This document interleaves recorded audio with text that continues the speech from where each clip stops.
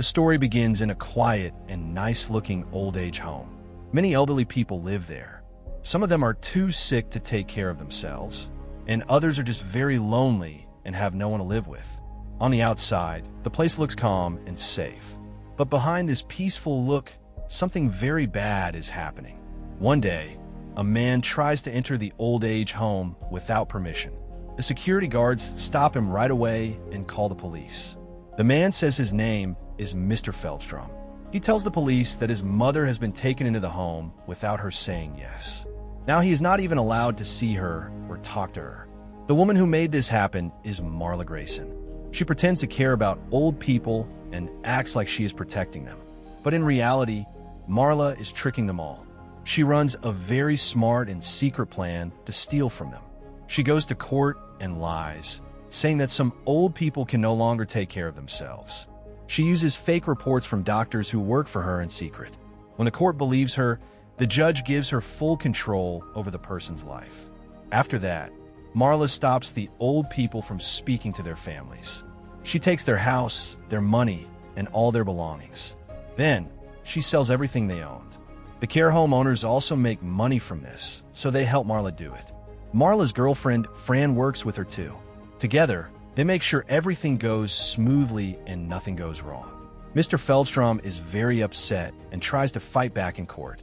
He says that Marla took his mother without any good reason.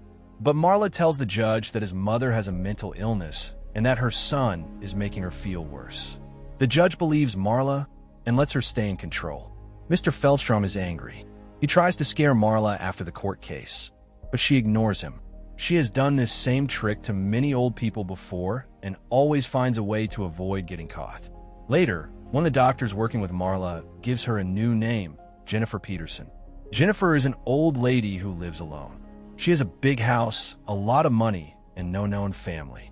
Marla thinks she is the perfect next target. As usual, a fake report is sent to the court, saying that Jennifer's mind is not working well anymore. The judge believes it and quickly gives Marla full control of Jennifer's life. Marla goes to Jennifer's house with legal papers. Jennifer is shocked and doesn't understand what's happening. She is taken to the same old-age home as the others. There, her phone is taken away, and she is not allowed to leave. Marla and Fran begin checking her house and things.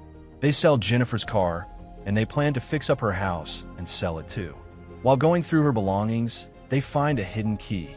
The key opens a safety box at the bank. Inside the box is a book with shiny diamonds hidden in the pages. Marla is excited because the diamonds are worth a lot of money. While Marla deals with the diamonds, Fran continues working on Jennifer's house. Then, a man named Alexei arrives, looking for Jennifer. He is told that she doesn't live there anymore and that the house now belongs to someone else. He leaves quietly and goes back to his boss, a dangerous man named Roman Lunyov. Roman is not just a rich man. He is the leader of a violent criminal group. And Jennifer is not just any old lady. She is Roman's mother. When Roman hears that his mother is missing and all her property is gone, he becomes very angry. He tells Alexei to find out what happened right away and warns him not to fail. Alexei checks official documents and finds out that Jennifer was declared mentally ill and taken to a care home. All her things have been sold, and now a woman named Marla is in control. Roman doesn't want anyone to know about his criminal life, so he decides to fix the problem without bringing too much attention. He sends his lawyer to speak to Marla. The lawyer tells her that she is in danger and offers her a lot of money to let Jennifer go. But Marla is greedy.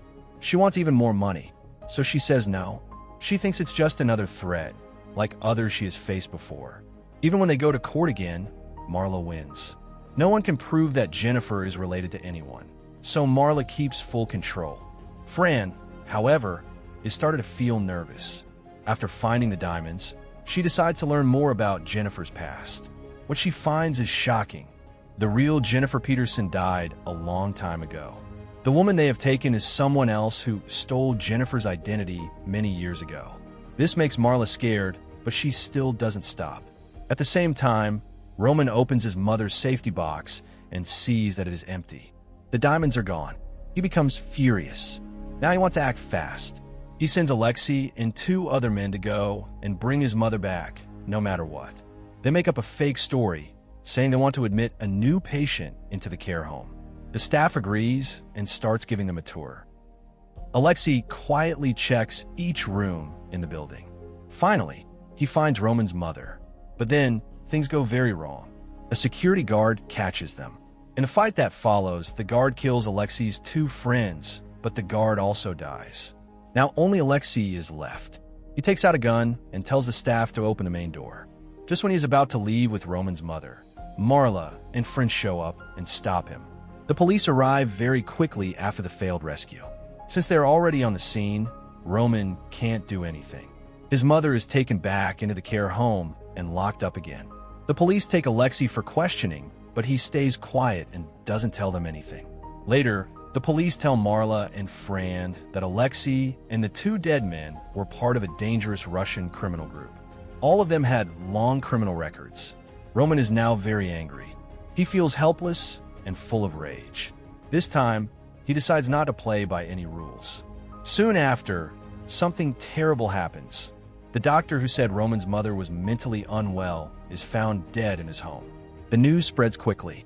Marla sees the news and understands that someone very powerful is now trying to hurt her. She knows that this person won't stop until he gets what he wants. Marla and Fran realize they are in serious danger. They decide that it's no longer safe to stay in the city. They plan to run away and disappear before things get worse. But before they can leave, Roman's men strike. They catch Fran and kidnap her. Marla is knocked out and taken away too. When Marla wakes up, she finds herself tied to a tree deep inside a forest. Strange men are standing around her. Roman is there too, watching her closely. He tells her he wants 2 things, his mother and the missing diamonds. If he doesn't get them, the people Marla loves will be hurt. Marla stays calm and tries to act like she's just doing business. She even asks for more money, thinking she can turn the situation in her favor. But Roman has had enough. He tells his men to kill her and make it look like an accident. One of the men tries to knock her out using chemicals. But just before Marla faints, she sees the license plate number on the car and memorizes it. The men put Marla in the driver's seat of a car. They open a bottle of alcohol, place it beside her, and push the car into a lake to make it look like a drunk driving crash. As the car starts sinking, Marla wakes up just in time. Even though she is hurt and very weak, she manages to escape from the car and swim to the surface. Marla walks for a long time, cold and in pain. After miles of walking, she finds a small store. She uses some stolen money to buy new clothes and change how she looks. She writes the car's number on her hand so she doesn't forget it. When Marla finally gets home, she sees something terrible. Fran is lying on the floor, almost dead. The kitchen is full of gas, and it's clear someone tried to kill her too. Marla pulls Fran out of the house just before it explodes. They both barely survive. After resting for a few days, Marla's fear turns into anger. She is no longer scared. She wants revenge. She gives Fran 2 choices. They can sell the diamonds and disappear forever, or they can fight back. Fran chooses to stay and help. Fran uses her contacts in the police to track the car's license number that Marla remembered. They finally find the place where the car was last seen. Roman is not there, but they learn he's hiding at the house of someone he trusts. Marla and Fran begin following Roman's driver everywhere. They watch closely and wait. After many days, the driver goes to a parking garage. Marla wears a disguise and sneaks in. She uses a taser to knock the driver out and hides nearby. Soon, Roman arrives with 1 bodyguard. As he gets into the car, Marla attacks. She puts Roman to sleep with medicine and knocks out the bodyguard. Then, she drives the car out of the garage to where Fran is waiting. Together, they take Roman far into the forest. There, they take away anything that can identify him, burn the car, and leave him lying unconscious in the woods with no way to call for help. The next morning, a man jogging through the forest sees Roman and calls for help. Roman is taken to the hospital and survives. When he wakes up days later, Marla is sitting beside his hospital bed. Because Roman had no ID and he was very sick, the court gave someone the right to make decisions for him. That person was Marla. Roman can't talk at first because of the medical machines. But later, when he can speak, he calls for Marla.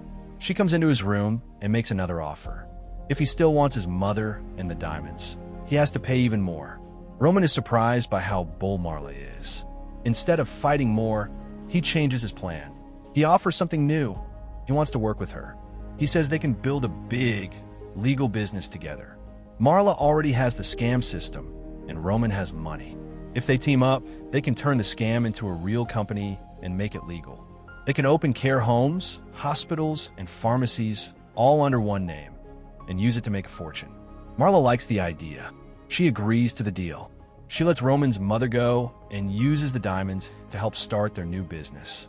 They open many care centers, hire more guardians, and make everything look legal. They hide their tracks well. Their business grows fast. Marla becomes rich and famous. She is in magazines, gives speeches, and is called a great businesswoman. She and Fran get married and live a life full of money and success. It looks like they've won, but life has a twist waiting. One day, after doing a TV interview, Marla walks out of the studio. A man in the crowd steps forward. It is Mr. Feldstrom, the man whose mother was taken at the beginning of the story. He pulls out a gun and shoots Marla in front of everyone. The crowd is shocked. Feldstrom tells them that Marla destroyed his family. His mother had died all alone in one of Marla's care homes. She was never allowed to see him again. He says this was the only way he could get justice for her. Marla dies in Fran's arms, even with all her power and money. The woman who built a rich empire by stealing from others is finally stopped by one man who never forgot what she did. While Roman turned his pain into money, Feldstrom chose to get justice with his own hands. Don't forget to like this video and subscribe to our channel. Thanks for watching.